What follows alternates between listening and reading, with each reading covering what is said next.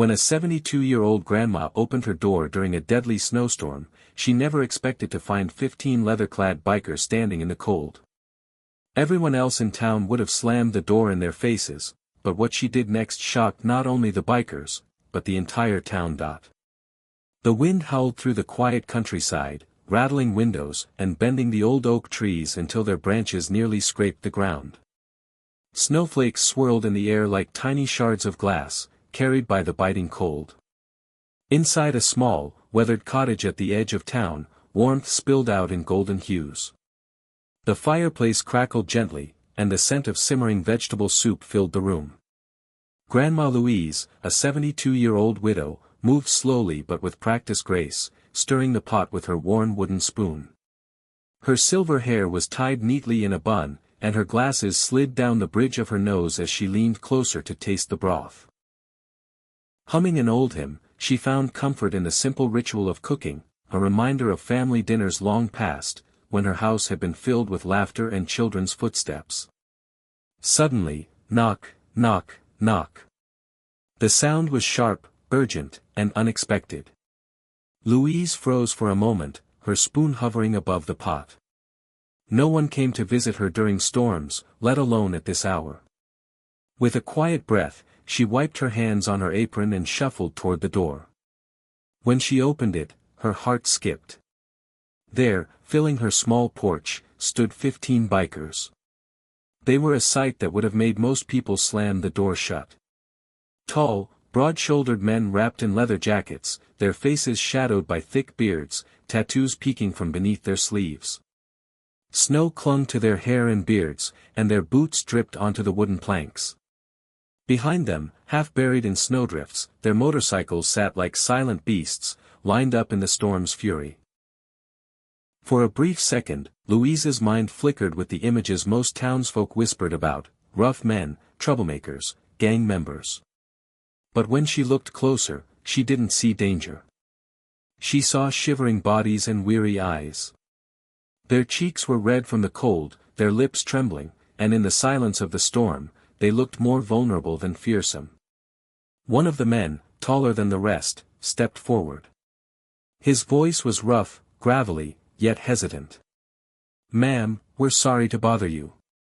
The storm caught us off guard. We just needed somewhere to wait it out." Louise's old heart softened instantly. Without a second thought, she pulled the door wider and gestured inside. "You boys must be freezing. Come in, quickly." The bikers exchanged stunned glances, unsure if they'd heard correctly. No one ever welcomed them in, not strangers, not locals, not anyone. But the warmth pouring from the cottage and the kindness in Louise's eyes left no room for doubt. One by one, they stepped inside. Their heavy boots left trails of melted snow on her wooden floor, the air filling with the scent of leather and cold wind. They stood awkwardly at first, unsure how to act in such a cozy, delicate space. Louise only smiled and shut the door behind them. For her, they weren't dangerous men. They were simply 15 souls who needed shelter from the storm. Inside the little cottage, the storm's roar faded into the background, replaced by the crackling of the fireplace and the soft bubbling of soup on the stove. The 15 bikers stood stiffly, their presence filling the modest living room. They glanced around nervously, almost comically out of place among the lace curtains, framed family photos, and shelves lined with teacups. Grandma Louise, however, moved as if everything was perfectly ordinary. She slipped her apron back on, adjusted her glasses, and said in a matter-of-fact tone, "Well, you can't just stand there, letting the cold cling to you. Sit, sit. Warm yourselves." The bikers hesitated, exchanging unsure looks. The tall one who had spoken earlier cleared his throat and nodded, motioning for the others to follow. Chairs were pulled forward, couches creaked under their weight, and some simply sat cross-legged on the rug near the fire. For men who looked like they lived for speed and steel, they suddenly resembled tired travelers grateful for a pause. Louise moved to the kitchen, her wooden spoon in hand. "You boys hungry?" she asked without turning around. A ripple of laughter broke the tension, half embarrassed, half relieved. One muttered, "Always hungry."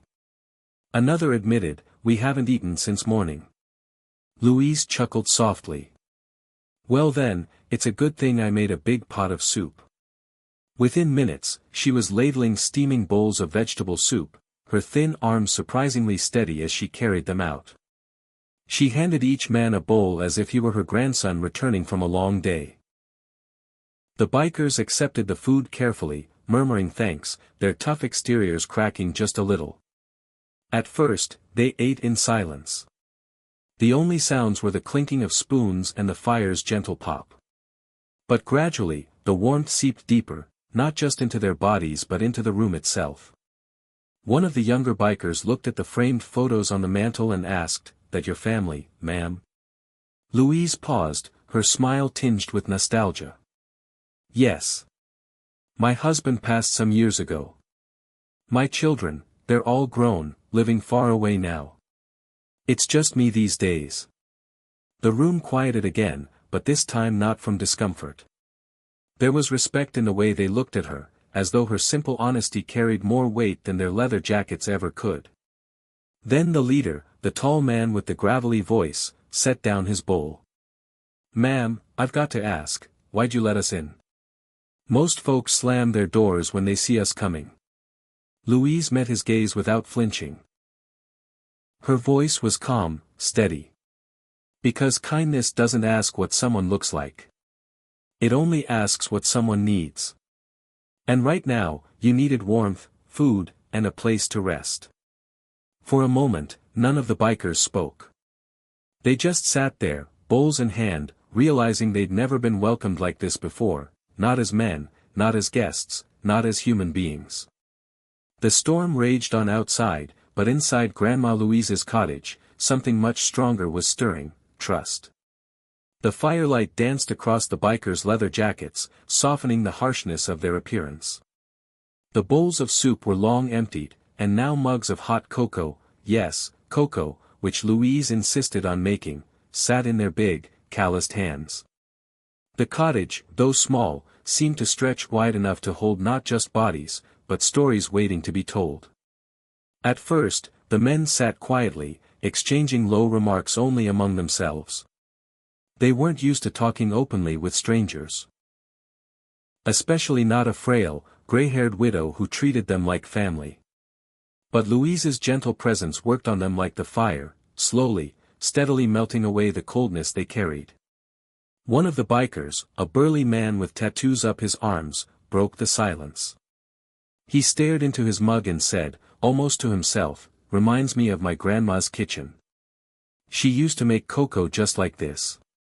His voice cracked slightly, and he quickly cleared his throat. The others glanced at him, surprised, but no one mocked him. Instead, Louise leaned forward, her eyes kind. "She must have loved you very much." He nodded, his jaw tightening. "Yeah. She passed before I could say goodbye." The room softened further, as though grief and memory connected them all in that moment. Another man, the youngest of the group, spoke up next. "Ma'am, do you ever get scared? Living here alone?" His question was genuine, almost childlike. Louise smiled gently. "Sometimes. But fear only grows when you let it. I've learned that trust, kindness, and a good lock on the door keep most troubles away." Her words made the men chuckle, but they also sank deep, as if she were teaching them something no one else ever had. Soon, stories began to pour out. One man admitted he'd joined the group after losing his job and his family, finding brotherhood on the road when he had nothing else. Another spoke about growing up in foster care, never really having a place to call home. Their voices carried regret, loneliness, and the longing to be seen for more than the image their jackets projected. Louise listened to each one, never judging, never interrupting. She asked small questions, nodded when their voices faltered, and when tears threatened to spill, she simply passed over a fresh handkerchief from her apron pocket. Her acceptance made them feel, perhaps for the first time in years, that they were not just outcasts, but men with worth. As the night deepened, laughter began to bubble up.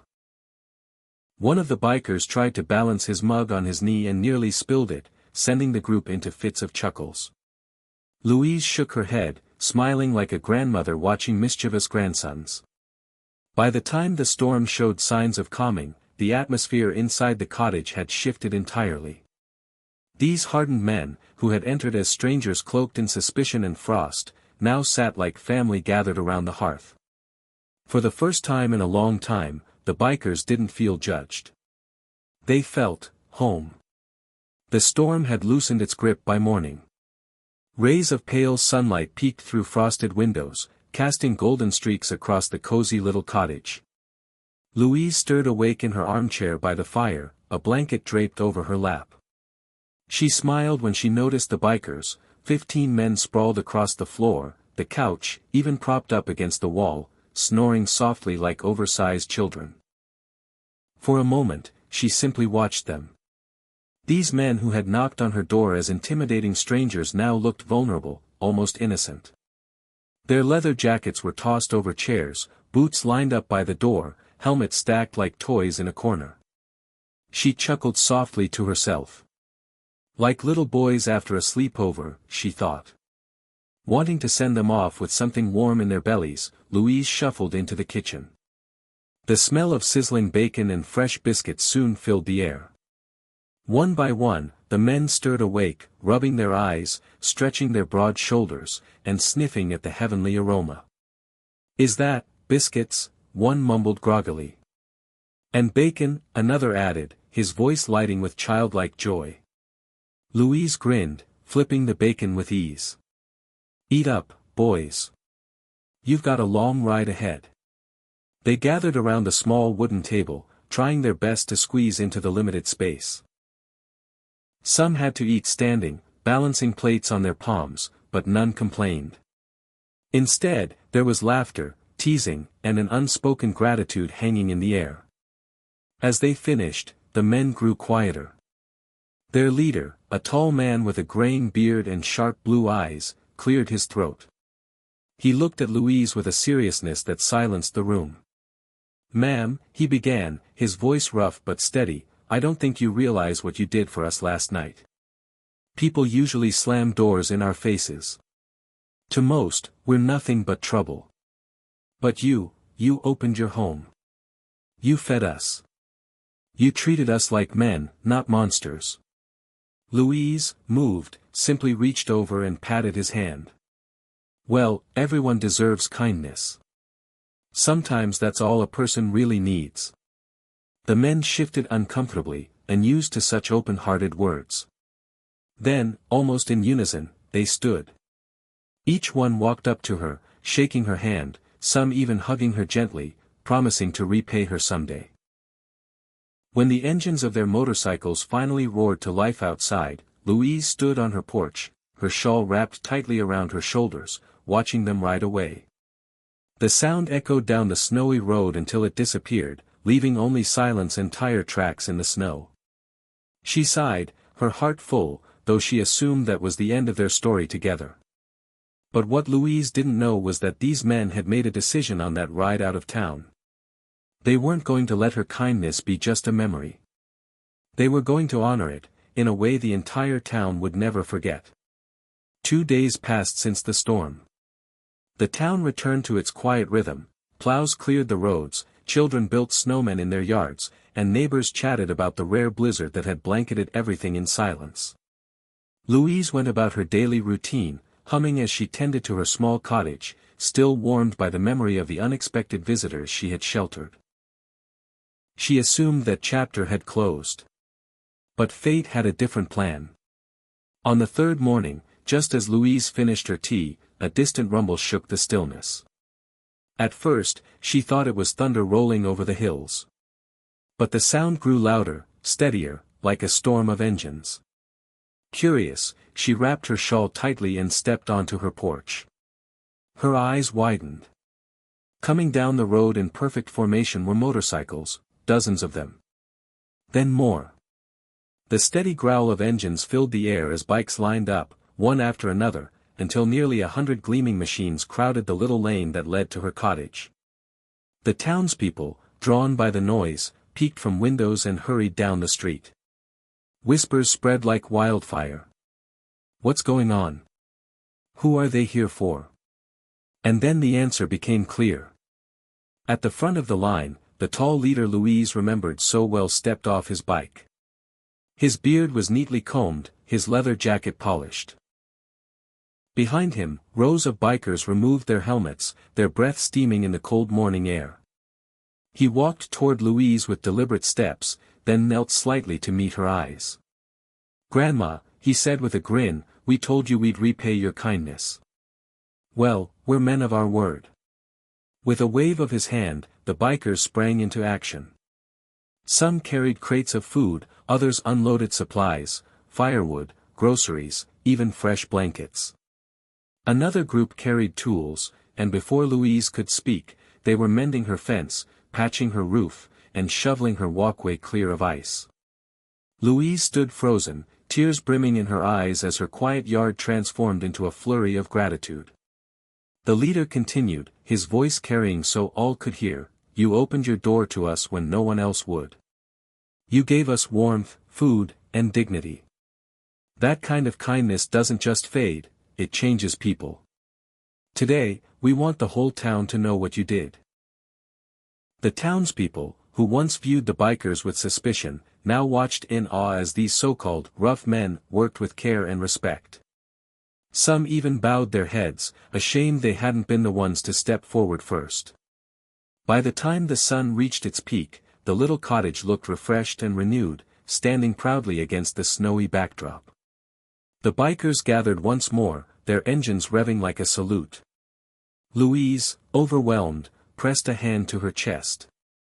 "I only did what anyone should do," she whispered, her voice trembling. The leader smiled gently. "Maybe so, Grandma. But sometimes, it takes one heart like yours to remind the rest of us how to be human." With that, the 100 bikes roared to life again, rolling out of town in a thunderous parade, leaving behind not fear, but respect, admiration, and a story the town would tell for generations. Louise stood on her porch, tears streaming, her heart fuller than it had ever been. She hadn't just sheltered strangers. She had sparked a transformation, and proven that even the smallest act of kindness could ripple outward to change the world. That day, the entire town witnessed the sight of 100 bikers gathered at the home of one old woman who had chosen compassion over fear. Louise's story spread far and wide, reminding people everywhere, kindness is never wasted. What may seem small to us can change the lives of others, and sometimes, it comes back in ways we could never imagine.